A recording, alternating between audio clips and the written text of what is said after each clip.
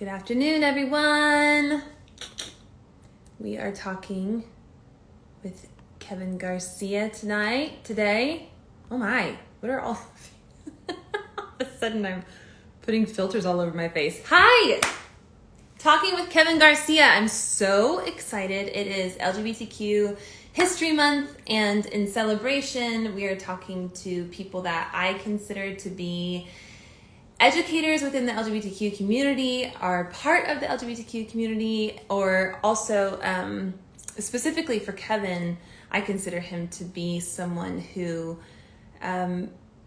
really understands the intersection of Christianity, coming from a very Christian background, and being a part of the LGBTQ community as well. So I am going to invite Kevin to join.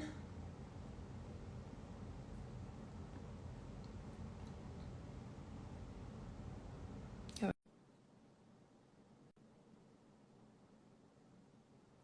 right.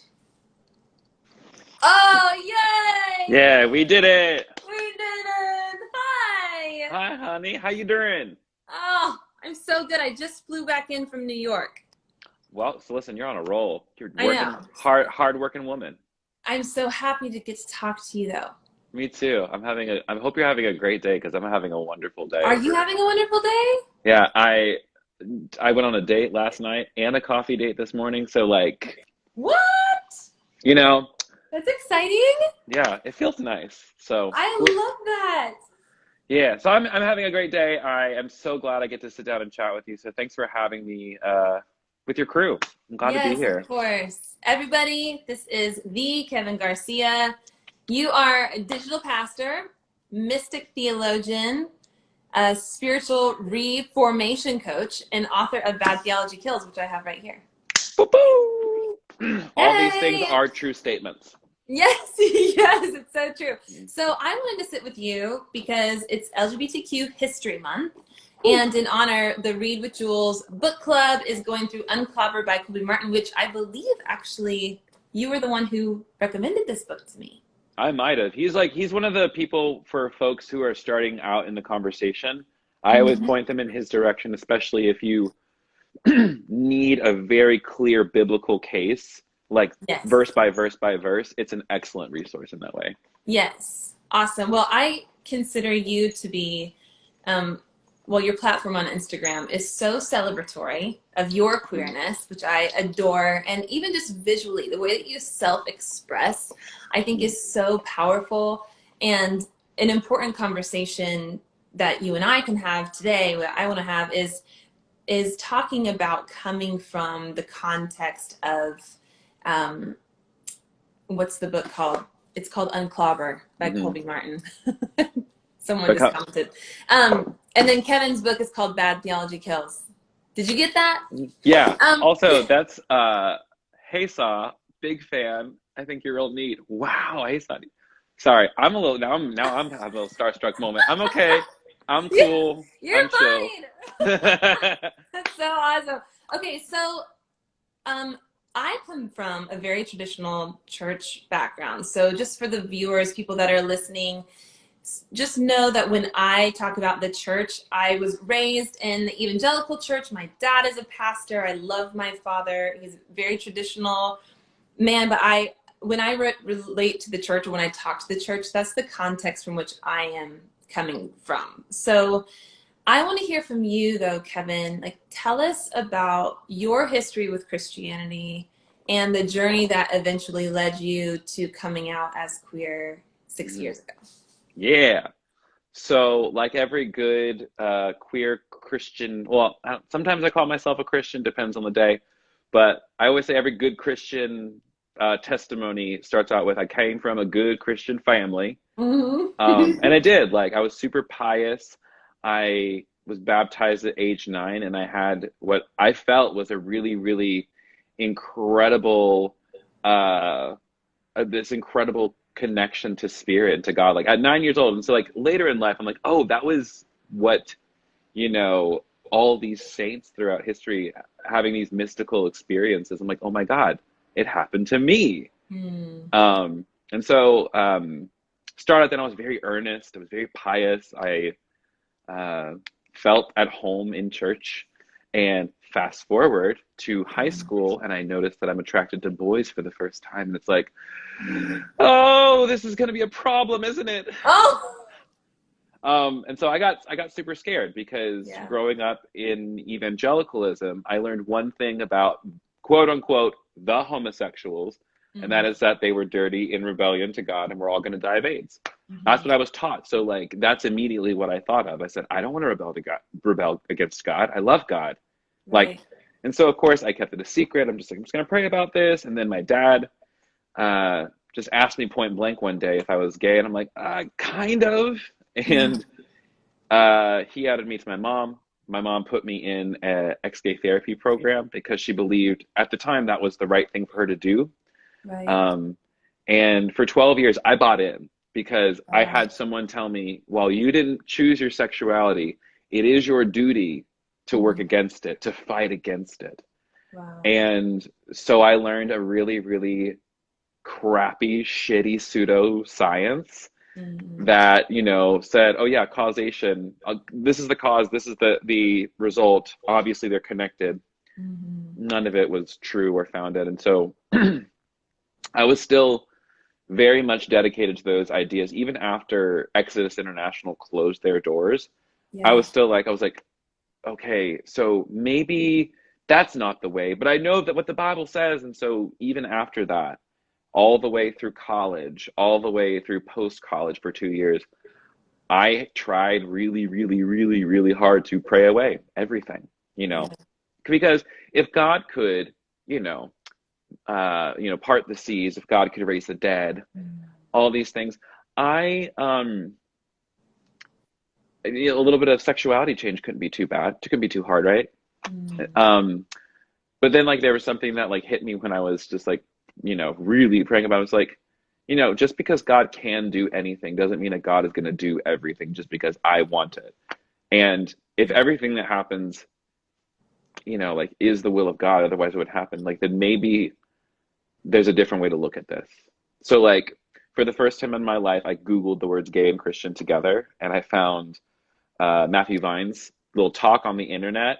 And Yes. I said, this sounds like heresy. He doesn't really believe the Bible. But it was the first time in my life I was like, oh my God, I want this to be true. I Yeah. need this to be true if I'm going to keep going. So fast forward, it is now summer of 2015. I am working for a missions organization. I've gone around the world trying to run away from myself. And I finally just break and I'm like, all right, I think I'm just gay. I think that's just who I am. That's what's going on here. And I need to learn how to be okay with this because I cannot keep hating myself because the hate, like trying to change myself and believing that I didn't want it bad enough, Yeah. believing that there was something wrong with me, that I didn't want to be healed enough. So that must be why it doesn't happen. Or maybe healing looks a lot different from Mm. what they told me it was. Healing for them looked like heterosexuality. Right. Um, and what I think healing for me actually looked like was uh, just learning how to be free. Yes. Um, so I like any good person, I tested the spirits, and um, funny enough, got invited by a guy I matched with on Tinder to a gay Christian conference, and Wow. it was there that I met queer Christians for the first time, and I just felt the same thing I've always felt in the worship, and it was just the peace that passeth understanding. And I'm like, Wow. I'm not going to question this Mm. because for most of my life I've wanted to die. I've thought that I was a problem. I thought that God could never love somebody like me. And it drove me to the edge. And I know so many of my friends who succeeded in taking their own life because they believed that something was wrong with them, that they couldn't fix themselves. And I'm so very grateful to still be alive. I'm so, so happy because now, on the other side of that, even after coming out, and when I did, like I got kicked out of missionary world. I lost all my contacts. I ended up in like a shitty basement apartment with $300 in my account and no job prospects because if you work in ministry your whole life, your resume is It's enough. Yes. is a question. You got to spin some Right. things. Um, but it was the best thing that happened to me because I fell headlong into queer community and queer spiritual community. And like one story I'll just share because it's coming to mind. It just makes me so happy and makes me teary. Is I got invited to a birthday party straight out the gates. I'm like, yeah, out to I'm gonna go out to this party. I'm gonna see some people and I'm gonna have some fun. Came back to my car. I had a boot on it in Atlanta, Georgia, my first boot. And I'm Oh, like, I only have $300 in my account. What am I going to do? So I got the 85 out of the account, paid for the cash, and then cried the next morning. I was like, God, you really forgot me out here. oh, It's like, I followed you out of this closet. I followed you out of this ministry because I thought it's what you wanted. And you forgot me. And then a friend calls me up and says, come to brunch. I'm going to pay for it. I'm like, all right, fine, whatever. I ain't got no money. I can't refuse free food right now. mm, And after breakfast, my best friend Miles handed me a little envelope with $200 in cash that he picked up at his adult Sunday school class. He just said, who's got some 20s on them? And just took up a little collection because he knew that I needed it. mm. And I'm like, you didn't forget me. Yeah. And that was like the very first time I was like, you know what? I can do this Yeah. because it isn't just me doing it. It's not ever just one of us doing it. It's a beautiful community of people who want to love us. And I am so lucky that I found that because for all the times that I wanted to die, I have never been more desperate to live. So that's the long and short of it. Now 6 years later, I got my master's in practical theology from Columbia Theological. I wrote my first book called Theology Kills. And man alive, I feel like I've lived 6 lifetimes in the past 6 years. Because on the other side of it, I have more days marked with joy than with sorrow. Mm. And it's so good on this side of things. It's totally worth it to lose everything for the sake of the gospel, if you will. Wow. Wow. Mm. Um, Thank you for sharing that. Yeah. I Sorry if it think was a little long. it's not long. Mm. It's perfect, and I think it's people underestimate being raised in a context where you're told that you're Mm-hmm. depraved and that your heart is wicked and that you're separate from God. And then on top of that, like it hit me when you said that you believed basically that you were being punished for being who you are, which you didn't even have any control over. Like Mm-hmm. God made me this way and now he's punishing me for being this way. Right. I Like mean, that, it felt so cruel. yes, it's cruel. It's completely and totally fucked up. And we can use adult words here because we're Please. adults. Yes. Thank God. That way I'm not going to be like so self-conscious about drop when they eventually come out during the I conversation. know.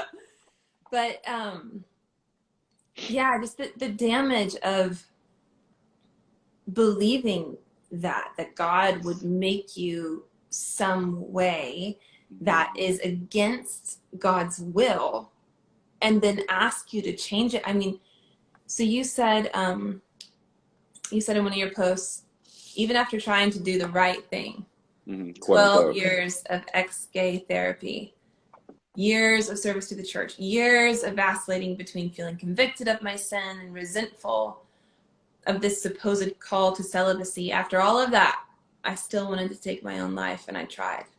Mm-hmm. Um, Suicide, because it's LGBTQ History Month, I think it's important for everyone to know that suicide is the second leading cause of death Mm-hmm. amongst young people today, and LGBTQ youth are 4 times more likely. Yep. 4 times. Ding ding. And I look at that, I'm like, yep, it makes total and complete sense because what's interesting is that this is, I think, not just a problem that's particular just to the Christian church, Mm-hmm. because I feel like Christian culture is so ubiquitous in Yeah. Western society. We're kind of soaking in it. And not only that, but even though people wouldn't even call it Christian, like people who aren't even religious still have homophobic beliefs because they believe Right. it ain't right Right. because they were told what. Mm. And we can, for me, the thing that really blows my mind is that you can say these things. You can say, hey, we can point directly, like, because we have enough evidence now, we can Mm. point to these teachings and these beliefs, and we can say, hey, this is causing people to kill themselves. Yes. Not like ding dong, like there's a whole book Right. about it. I don't know if you heard about it, but like Right. if your theology and how you believe and how you practice your faith is causing anyone suffering, is causing anyone pain, is causing anyone to even consider taking their own life. And I tell you what, the reason, at least for me, the reason I wanted to take my own life is because I thought that was the best way to serve God. Because if I can't What? stop sinning, if I can't stop this, if I can't stop my body from sinning because my body's the problem, I got to stop my body. That's how fucked up my brain was. That's how fucked up my thoughts were. Mm. And I look at that now and I'm like, wow, what a fucking terrible lie. Because Right. I mean, and now in hindsight, it doesn't, like, I can see how it doesn't make sense. But again, if you're taught a certain thing about your body, about Right. sex, about God, that's a natural conclusion for a lot of people. And, Yes. and so something that I am a big fan of and I believe is that at minimum, if your beliefs, your practices, whatever, are causing somebody else pain, at minimum, you should be willing to reconsider them. Just not even change them. Be Right. willing to reconsider that maybe something's amiss here. Because Mm. I talk to so many pastors. Nobody wants anyone to kill themselves. I mean, some of them are assholes and they do, and those people are a case that we need to pray for them. But the majority of people are literally, they have no idea how much they could love other people. Mm. What you just said is so important for everyone listening, that if you are in a relationship, in a church, in a family, in an institution that is causing harm to other people, that is making you want to cause like harm, inflict harm on your own person, you Mm-hmm. need to stop. You need to leave. Mm-hmm. You need to reconsider. That's so important, Kevin. It's so important because we don't want to think of it that way, right? Like Mm-hmm. a lot of the Christians that I talk to, it's kind of this all or nothing. I'm gonna read um, an excerpt from your book, if you don't mind. Do you mind? Bring it. Um, Page 48, you said, "What I didn't know, like many of us, I'm sure, was that beginning to question what you believe begins to open doors that lead to more doors. Questions lead to more questions. Doubts lead to more doubt. Where there never was any before, answers do not satisfy any longer." Mm-hmm. And I think that there's a mistake in the American Christian church, particularly evangelicalism, which is what I come from, that like we're just taught not to question. Never, Like ever. just don't question, don't trust yourself, don't trust your body, don't trust your longing, don't trust the fact that you're attracted to men or to women or whomever. Don't trust that, but Mm-hmm. trust us. You know, Right. don't ask the questions that we don't want to be asked, and certainly don't ask yourself. And what's so amazing about you sharing your story and about this conversation is that you're giving us permission to Mm. go, oh my God, I'm hurting people. My belief, my belief here isn't, it's not just about me being silent. It's not just about me not dying on this hill or whatever. This is actually physically hurting people. But why do you think that there's such a polarity within the Mm-hmm. church? Why do you think that it's like you either get Jesus or you get your queerness? You know, Mm-hmm. why is there this why does the church just so easily go, no, you can't have it all. You have to either have Mm-hmm. Jesus or you get to be queer, but you can't have both. Yeah. Why? Uh, the basic, I mean, like basic answer, like I don't, for me, everything goes back to white supremacy and colonialism. If Mm-hmm. we want to get a little bit more on a macro level, the first thing that came to my mind is that we have this verse drilled into us where Jesus is talking to his disciples and then turns to the crowd and says, if any one of you should follow me, he must take up his cross and come after me. Um, And this is what I think is interesting, is I don't think we really understand what Jesus is saying there.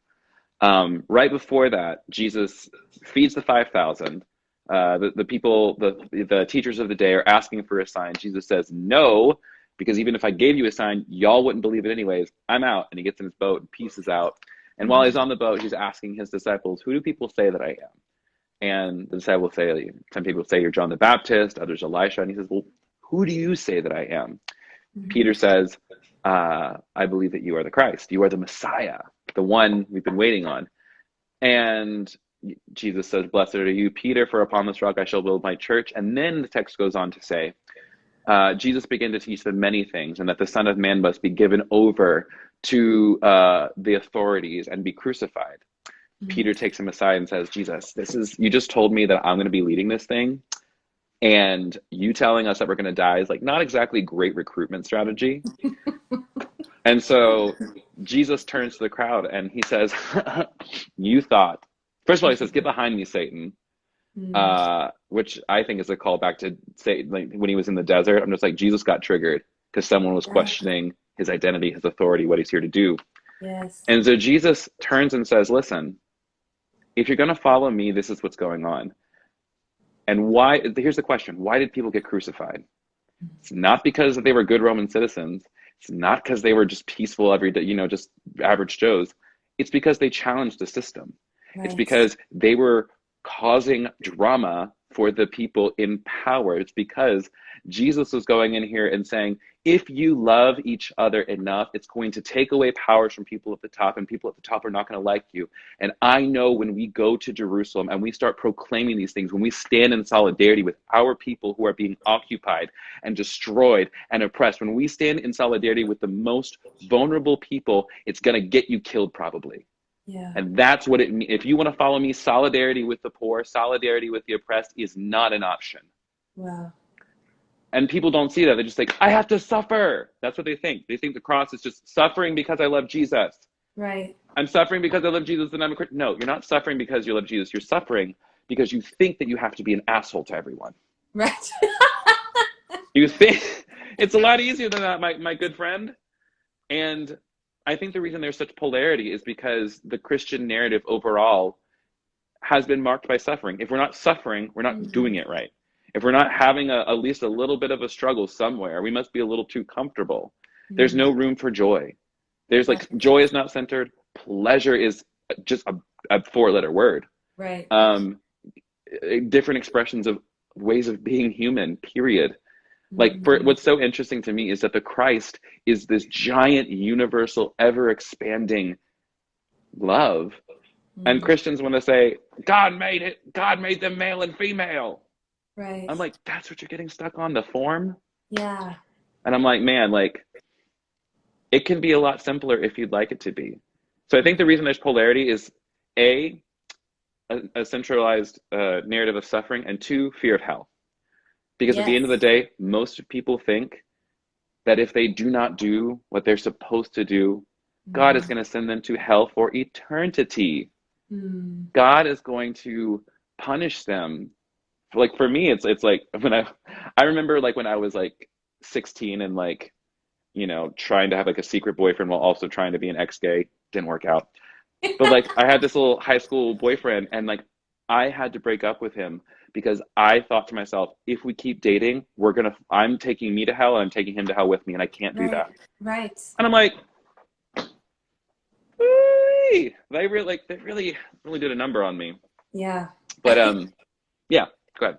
You're so right. I remember Anne Lamott saying it's really convenient when God hates the same people that you do. Quite. It's so convenient. It's so funny. Right. Jesus even told stories. It's just there were two men at the temple and the tax collectors, or someone said, thank God I'm not like the sinner over here. And another person said, God, have mercy on me, a sinner. Which one of these days went away? Which one of these men went away justified before God? Right. It's all, it's like, what if we read the Bible sometimes? I don't know. I know. Well, and you're right that the person of Jesus, the person of Christ, if you're really to look at him, he stood with the marginalized. The reason he suffered wasn't because it was self-inflicted to kind of try and prove some sort of weird humility or something. But he suffered because he stood with the people that were the most vulnerable. Mm-hmm. And that's why, like, we can't just use this popular turn of phrase of love the sinner, hate the sin. We Right. can't do that anymore. Like, Mm-hmm. we don't get to do that. You wrote, this guy Lance said to you, oh, poor Lance. Said Poor to you, Lance. I think I'm understanding everything you're saying. We clearly disagree, which is totally fine. And your reply was perfect. You said, my existence is not a goddamn debate, Lance. Okay. Hello. That was perfect, because Glennon Doyle said in one of her podcasts, she said, you can't say that you love me and then disagree with my identity. Like, a disagreement between you and I is that, like, orange is better than red. We can disagree about that. That's a disagreement. But we can't disagree about someone's very existence, someone's very identity. That is not a disagreement. That's not a disagreement. That's a rejection. And you can't love and reject someone at the same time. You can't do that. You cannot love someone fully and say, I want you to do something. So you, like, if you love someone because you want them to change and be just like you, that is not love. Right. If you love someone because you think, and again, it's one of those things where I get it, because I was like you and me both. We were both evangelicals. We both had an incredible fear of God, an incredible fear of hell. And, I was out there. I did those things. Right. I tried really, really hard. So I get it. And at the same time, you're right. And I remember, like, moments in my life where it's just like, I mean, I don't know if you, like, I think, like, probably, like, these, like, it's around, like, the moments when you first start picking apart your faith, where you do something and you're like, that wasn't right. Yeah. Like, I know that I did the right thing according to my church and according to other Christians, but Alexa, I was not talking to you. My God.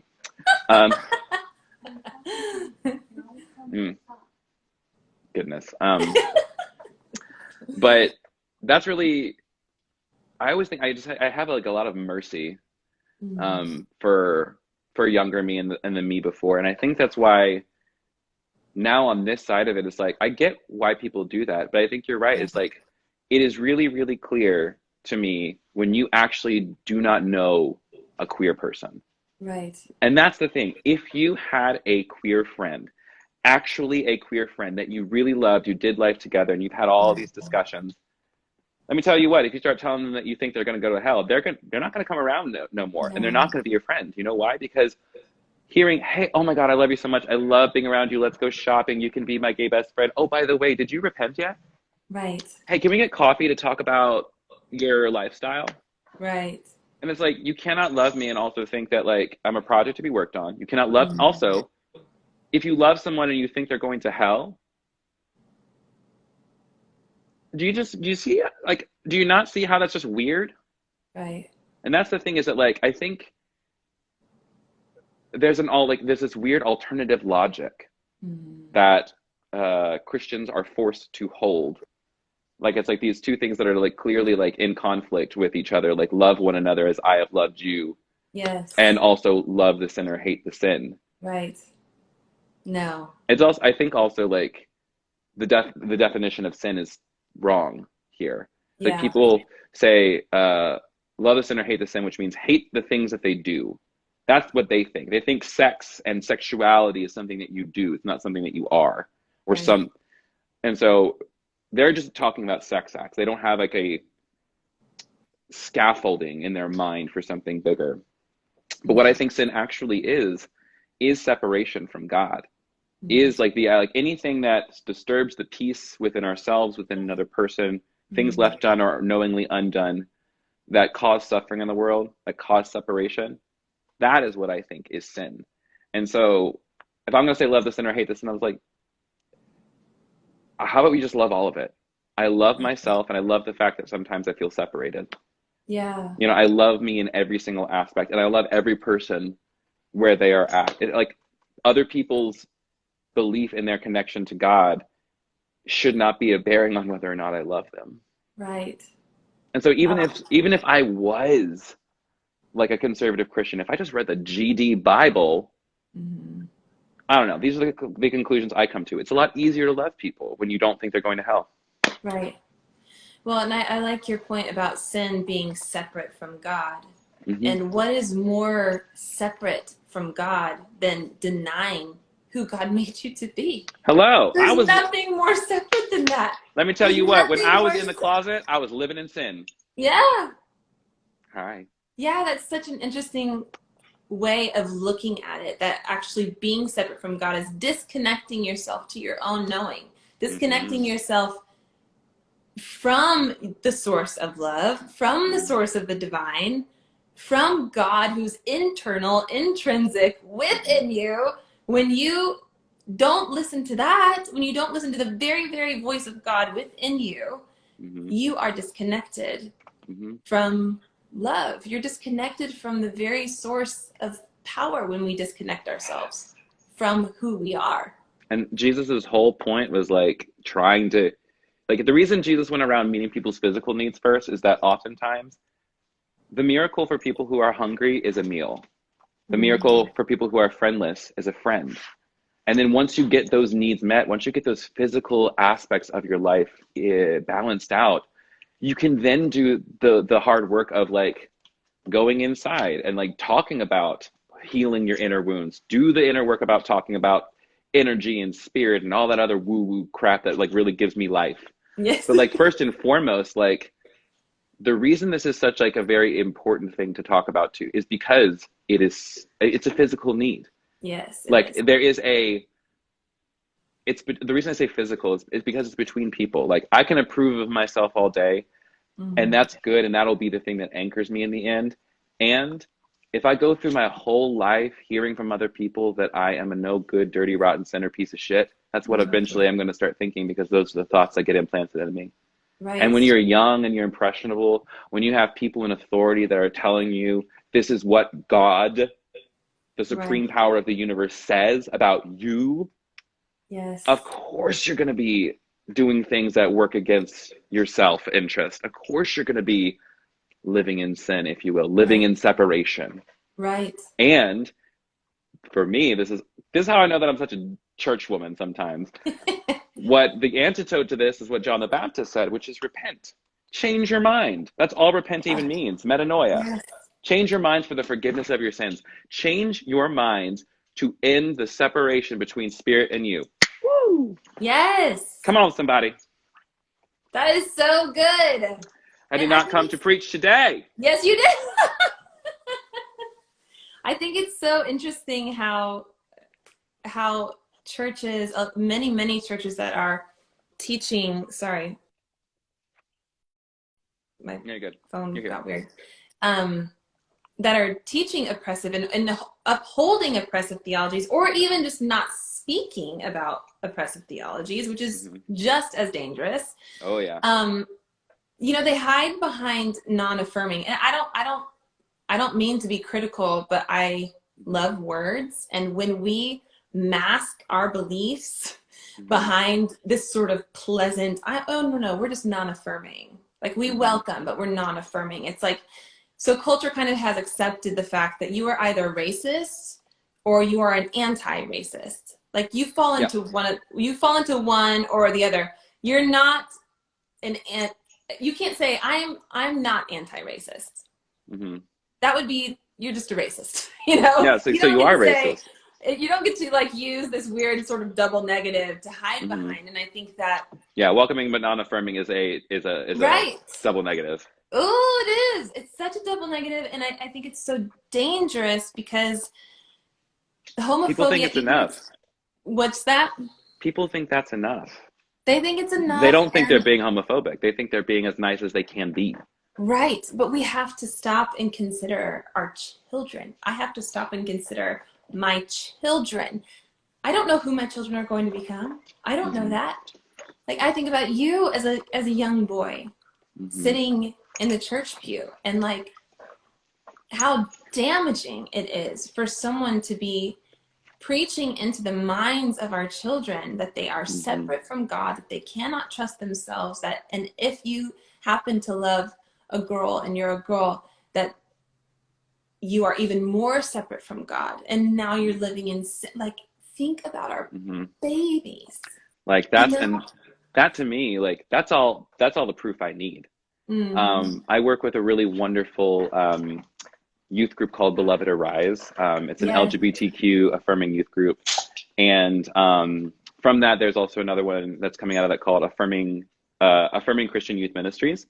Yeah. Um, and what's so beautiful about this space is that there are 600 youth a part of this youth group from across the world who every single week are hearing the exact opposite. They're hearing, no, you are intrinsically good. You are Yeah. Oh. intrinsically loved. You are intrinsically connected. It's not a question or it's not a question of whether that's true. That is. Mm. And I just wonder, like, if I heard that, and like most of them are queer. Most of them are like for them, like there's kids who live in rural areas of the world who do not have connection, and this is their only safe place.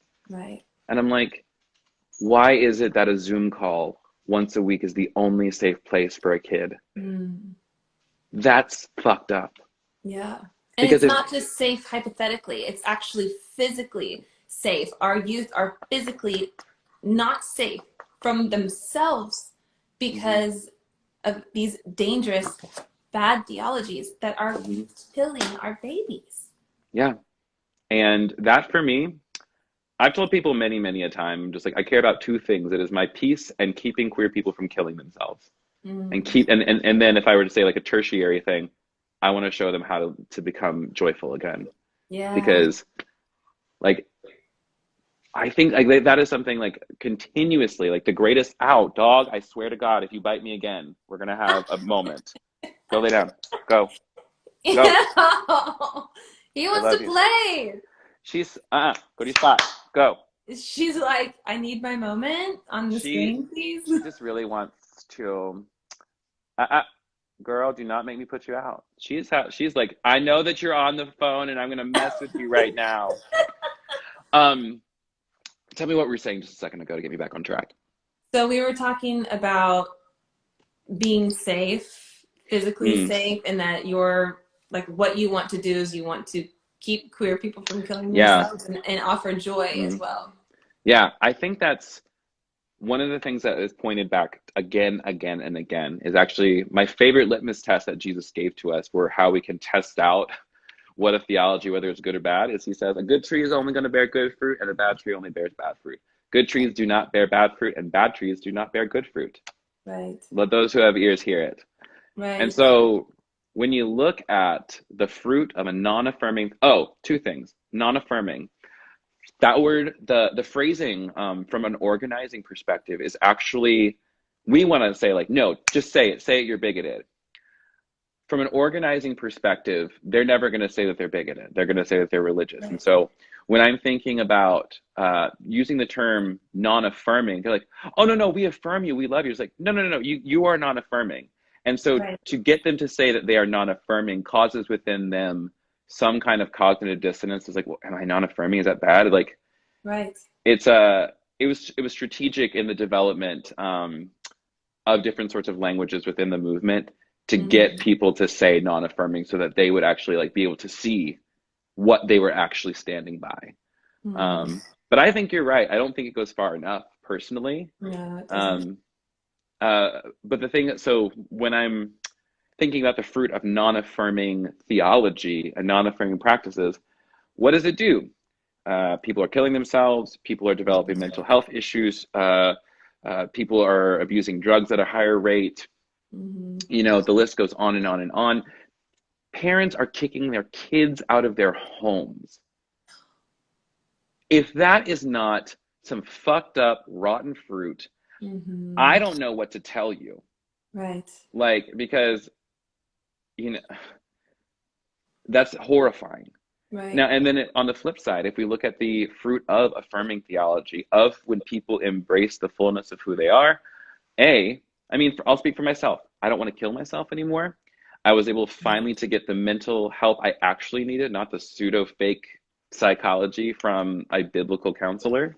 Right. Um, I found a faith community that loves and supports me completely fully, even as woo woo as I am and as potty mouth as I am, still Mhm. let me sing songs and lead worship with them. Yes. Um, I have friends who love me and care for me. Um, like for me, like just the fact that I want to live again, Mm. if that doesn't speak, I wanted to die and I wanted to live. Right. If that's not black and white, baby, Right. get your eyes checked, you know? Yeah.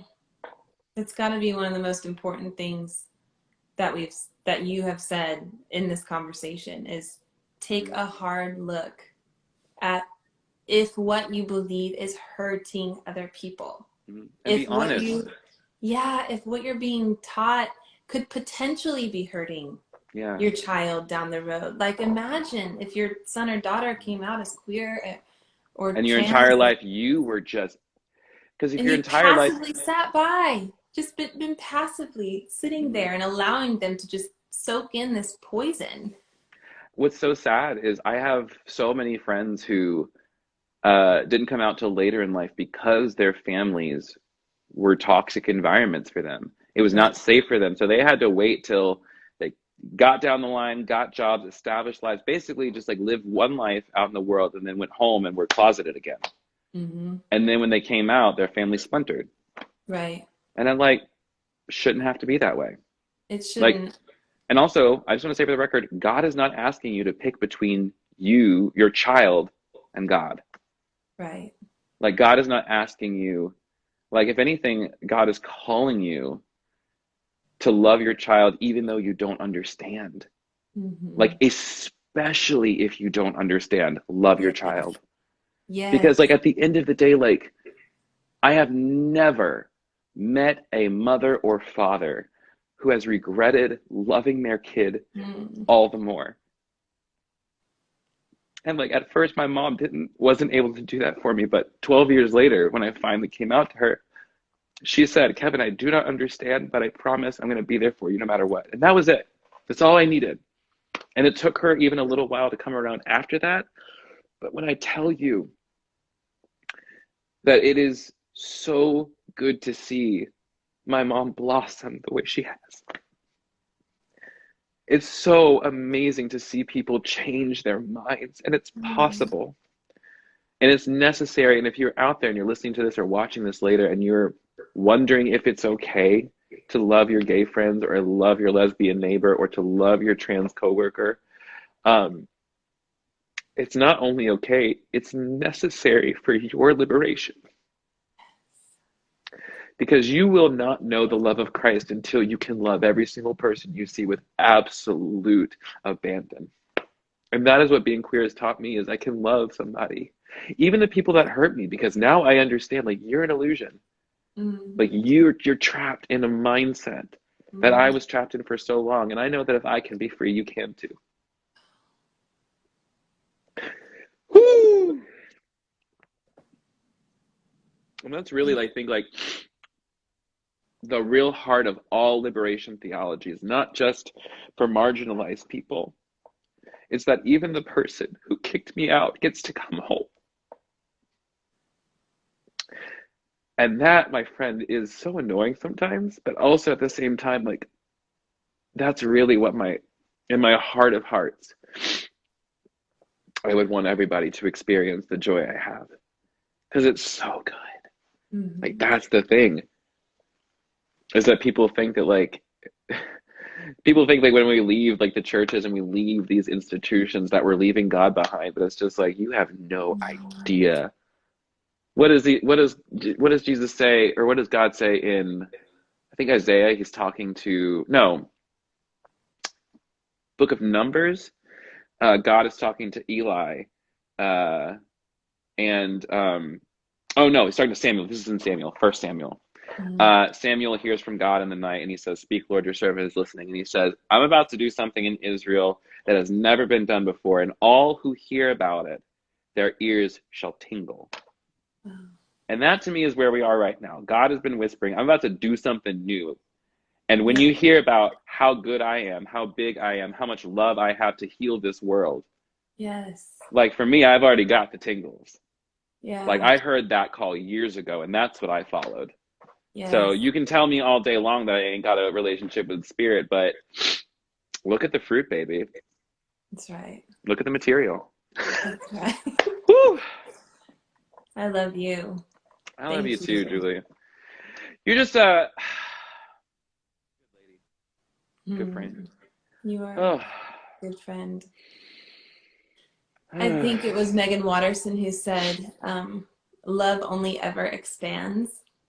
And so, for everyone listening, and if you're sitting in that place where you just don't know, there are Yeah. so many wonderful resources like Unclobber Mm-hmm. by Colby Martin, Bad Theology Kills by Mm-hmm. yours truly, right here.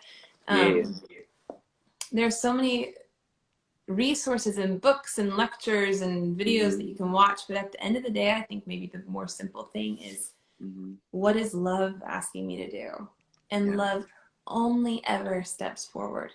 Love never rejects. And Mm-hmm. the opposite of affirming is rejection.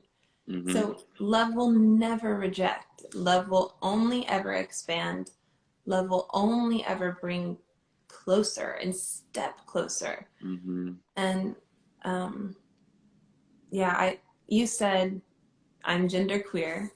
My Mm-hmm. gender expression isn't just survival, it is worship. And Yes.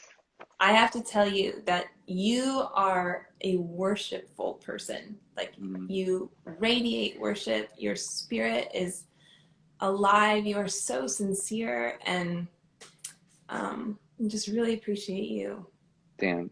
so much. I received that. Thank you. Say it one more time. I'm Thank so you for joining me and for sharing your story. sorry. What did you say? No, I someone tried to call in and it broke up for a second, but Oh, they then did? the audio caught up.